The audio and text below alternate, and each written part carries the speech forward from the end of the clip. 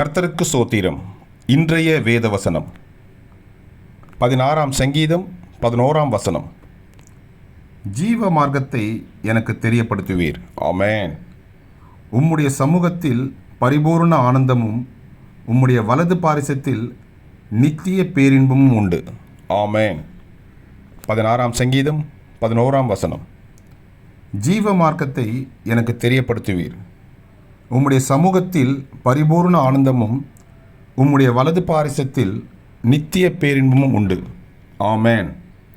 16 சங்கீதம் 11 வசனம். கர்த்தர் உங்களை ஆசீர்வதிப்பாராக, உங்களோடு கூட இருப்பாராக. ஆமென்.